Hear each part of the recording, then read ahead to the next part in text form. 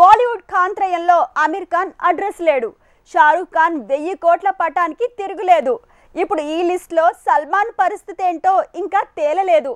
మొత్తం కిసీకా bye కిసీకా John మీదే ఆశలు పెట్టుకున్నాడు.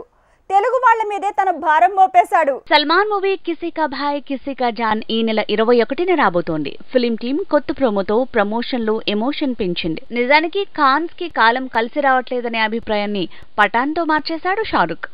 దీంతో మళ్లీ ఖాన్స్ జోరు పెరగనుందనే టైంలో సీన్ లోకి సల్మాన్ వస్తున్నాడు. పఠాన్ లాగే ఊపేయబోతున్నాడంటున్నారు. అమీర్ ఖాన్ గత 2 సినిమాలతో అంచనాల్ని అందుకోలేకపోయాడు. లాల్ సింగ్ చడ్డా, థగ్స్ ఆఫ్ హిందుస్థాన్ ఈ 2 సినిమాలు డిజాస్టర్ అవడంతో అమీర్ సీన్ రివర్స్ అయింది. ఆ పరిస్థితి రాకుండా సల్మాన్ జాగ్రత్త పడుతున్నట్టు తెలుస్తోంది. సల్మాన్ రాధే మూవీతో పంచ్ పడ్డాక జాగ్రత్తలు పెంచాడు. సౌత్ మార్కెట్ మీద కూడా కన్నేశాడు. ఆ ప్రాసెస్ లో భాగంగానే చరణ్ సాయం తీసుకున్నాడు.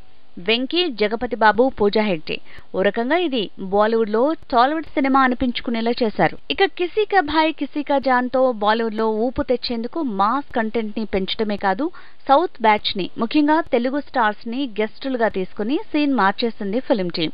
మరి ఈ ప్రయోగం సల్మాన్ ని గట్టెక్కిస్తుందా అనేది ఈ 2 వారాల తర్వాతే తేలనుంది.